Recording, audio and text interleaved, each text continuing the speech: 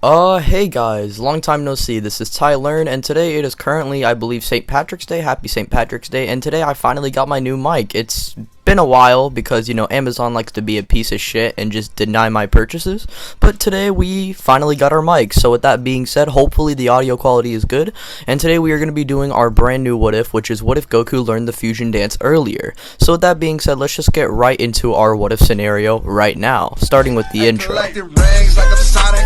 Bitches wanna party, my wrist getting heavy, so got 'em on a diet, yeah. Flex like I'm Hogan, yo, bitch coming over, yeah. We respect. Okay, ladies and gentlemen, so we start our story off with Goku training on King Kai's planet, but during his training, he actually goes to the other world 1 month later before he actually meets with the Saiyans, and he would actually see the other fighters earlier, including people like Olibu and Pikkon, and also the Metamorans. Now, during this 1 month, we will say he actually trains with people like Olibu and Pikkon and even learns the fusion dance, and by the time the Saiyan Saga already starts, he would already be on King Kai's planet and he would already be on his way out. Now, we have to understand that Pikkon and Olibu obviously wouldn't be as strong as their canon selves, since this Goku would be much stronger, and Olibu and Pikkon do nothing but training, so hypothetically and logically, they wouldn't be as strong as their canon selves. However, I would still say Goku would get somewhat of a power increase, a little bit better than that of his canon self, so we will say instead of having his power level over 8,000, he would be over 9,000. Now, while he's flying through Snake Way, he's actually going by a lot faster than he is in his canon self, and currently the Z Fighters are dealing with the Cybermen and Nappa. Sadly though, like in canon, Yamcha, Chaozu, and Tien still succumb to Nappa. However, this time, due to Goku being at a power level of 9,000 rather than 8,000, he would actually get to the battlefield a lot faster than his canon self.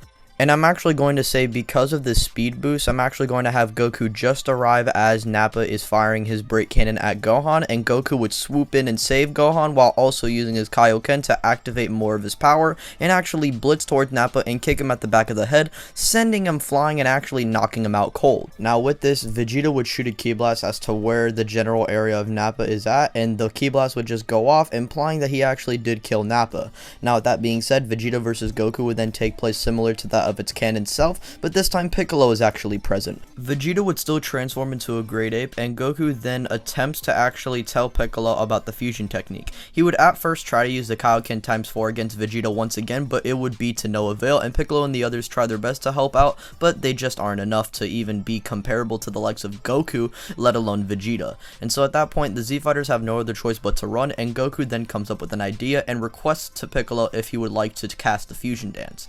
Now obviously this is going to be a lot for Piccolo to take in since he just concluded his character arc. However, I feel like Piccolo would reluctantly agree, because if they don't fuse right now, everyone, including people like Gohan, his best friend, will die. And so with that thought in his head, he would then tell Goku to quickly teach him the fusion technique, which Goku, gives off a little demonstration, and Piccolo manages to follow pretty easily because they're in a very cautious situation, so he needs to pay attention very carefully, and he does pay attention the first time pretty well, and him and Goku, after like 2 attempts, we can have a fat Gokuro and skinny Gokuro until the real Gokuro comes out. And if I didn't give you a spoiler already, yes, their name is neither Piccolo or Goku. It's Gokuro. Now, if you guys are questioning to yourselves, what would be Goku's power level? Well, we know that fusion is at least an A times B power level, or person A times person B's power level, and so Piccolo at the start of the Saiyan Saga was at a power level of 3,500, while Goku was at 9,000. And you can argue that this fusion is potentially even weaker due to Goku and Piccolo being fatigued. However, the power level for Goku should be at a rough 31.5 million.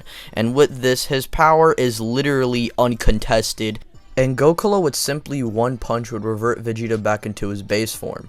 Now with this, Goku is much more powerful, but the Goku really does strike the fusion when Goku decides to let Vegeta go now, at least until Goku himself can beat him. Now you could argue, oh, the Piccolo side would definitely want to finish off Vegeta, right?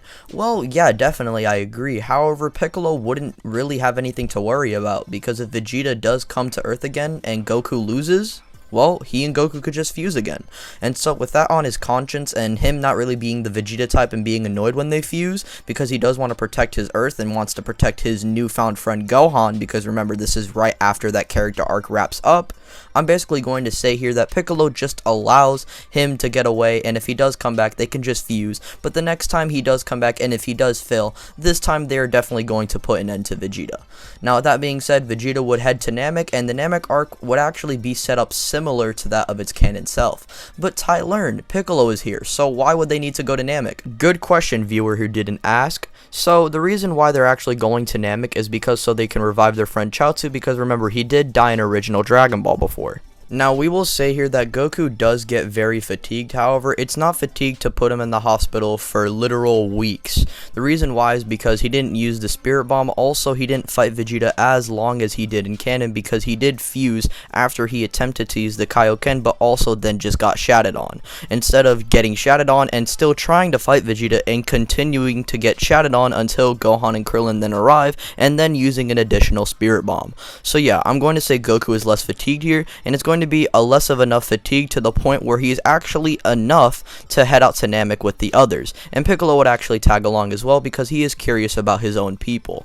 Now, eventually the group arrives on Namek, and Goku and Piccolo take care of the Frieza guards, and they eventually make their way towards the Namekian village, where Gohan still saves Dende, and this time Goku kicks Dodoria, and like in canon, we would still get a chase sequence between Dodoria and our heroes, which would actually end with Goku distracting Dodoria and shooting a Kaioken ×2 Kamehameha to send him flying away. However, it wouldn't be enough to actually kill Dodoria, because in order to fully subdue him, he would need to activate the Kaioken ×3, and he's not trying to push too much power out. Like in canon, they would eventually make their ways to Guru's house, where they would get their potential unlocked, and Piccolo's first initial boost would be that of 17,500, Goku would be at 45,000, while the others would have their similar boost to canon, aka Gohan and Krillin would be at 12,000. Now, after this event, things start to play out similar to that of its canon self up until Vegeta and Zarbon's second encounter.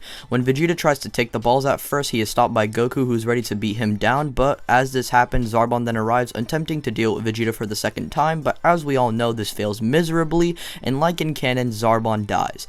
After Vegeta deals with Zarbon, Goku would still stand getting ready to fight, and then the two would then begin to have a mini battle. When I say mini battle, I don't mean it in regards to a 2-second scrap between the two and they go on about their day. I mean in the sense where it's a scrap for 2 seconds and it's actually just Goku smacking him for miles. At that point, Vegeta, feeling this hit, knows he's outmatched, but there's one thing he still has in this timeline.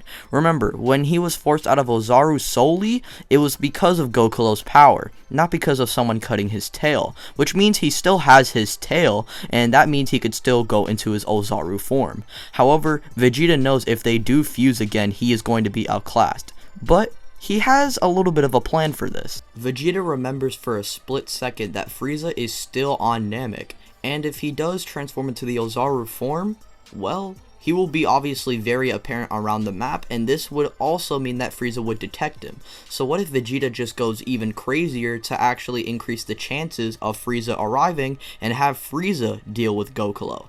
With this happening, this would basically allow Vegeta to just transform into a great ape and actually swiftly allow Frieza to come in to do his bidding for him, revert back into the human form, and then steal the Dragon Balls right under the Z Fighter's nose, and so he can finally claim his immortality. Now with this, he would immediately transform into his Ozaru state, where he would then just start shooting out a bunch of great ape energy beams, quite literally aping out in front of everyone to gather Frieza's attention, and Frieza could hear this and he would immediately head out along with Dodoria. When Frieza and Dodoria arrive, Dodoria tries to take on Goku and the others, but Goku would just one-shot him this time, and Vegeta would then say to Frieza that there are some, Earthlings still giving them a little bit of trouble. And so with this, Frieza would then say how Vegeta did betray him, but because he did, show him the way to Goku and the others, he will decide to spare him momentarily and finish him off after he finishes Goku and Piccolo. After this, Vegeta gets a little bit hesitant as he would then try and attempt to leave, but Frieza would then shoot a death beam in the air, and he would then say, "If you try to wait one more time, I will transform into my full power right now just to finish you off." Piccolo, sensing Frieza's energy and also hearing the statement final form, understands that Frieza is suppressing himself, and he would then tell this to Goku, and he would then say that Goku and him need to fuse if they're going to have any chance against this guy. However, Goku doesn't like to fight that way, and he's not about that style, and he would try and attempt to combat Frieza at first with his Kaioken. However, I feel like Frieza in his first form would just simply bully this version of Goku, because remember, Goku didn't really do any gravity training, so he still only has a maximum of Kaioken of 4 times, which basically means that Goku is outclassed here, and Goku and Piccolo literally have no other choice but to fuse, and so they do. Goku is born once again, and he would slowly rise up from the ground, getting ready to face Frieza. He would then tell Frieza to activate his full power as well, and First Form Frieza would actually get a little bit annoyed by this, and he would say, don't think that you're going to try and tell me to power up just because you guys fuse into one being. First Form Frieza would try and combat Goku, but it would be to no avail, and he realizes that he actually has no other choice but to activate his final form. He would first try and fight him in his second and third, but then finally go into his fourth and his actual full-powered final form. And Goku's power level would be 17,500 times 45,000, which would be 787.5 million. So yeah, Goku, even without the Kaioken and not even at his full power, would just completely slam Frieza and turn him into ashes, which would wrap up the Frieza arc pretty fast. And since Vegeta is just kind of standing there, Goku and Piccolo just decide to bring him along after they use the Dragon Balls to basically revive their friends, and just to make sure Vegeta doesn't try any, sly tricks or anything, Krillin and Gohan are actually keeping Vegeta under watch. By the time the Frieza event would end and they would gather all the Dragon Balls, they would have already unlocked their potential fully, and they would have their max power levels. So Krillin would be at a power level of 75,000, while Gohan is at a power level of 275,000. And as for Piccolo and Goku, well, Piccolo's final power level by the time the Namek Saga concludes would be at 462,000, and Goku would be at 945,000. And so with this, they would wish back Chaozu, and they would basically go back to Earth, and soon enough would revive Tien and the others. And this would conclude the Namek Saga, with Goku and Piccolo just keeping up their training, and eventually a threat would arrive onto Earth known as King Cold. And that is where we're going to be leaving things for right now. So what did you guys think of this What If? Did you guys like it? Did you guys hate it? Let me know down in the comment section below. Be sure to subscribe, hit the like button, and also the notification bell. And with that being said, be sure to follow me on Twitter and join the Discord. My name is Tyler, and I'm going to get up out of here. Thanks to Cobbs Arts for making this fusion art. Peace out. Bye.